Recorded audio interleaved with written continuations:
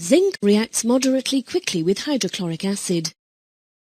The reaction occurring is zinc plus hydrochloric acid forms zinc chloride and hydrogen. A metal with an acid forms salt and hydrogen. Magnesium will react quickly with hydrochloric acid. Magnesium plus hydrochloric acid forms magnesium chloride and hydrogen. A metal with acid forms salt and hydrogen.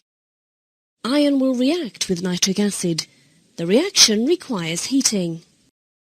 Iron plus nitric acid forms iron nitrate and hydrogen. A metal with acid forms salt and hydrogen. Let's summarize these three reactions. We can see that hydrochloric acid gives chloride salts. Sulfuric acid gives sulfate salts. Nitric acid gives nitrate salts.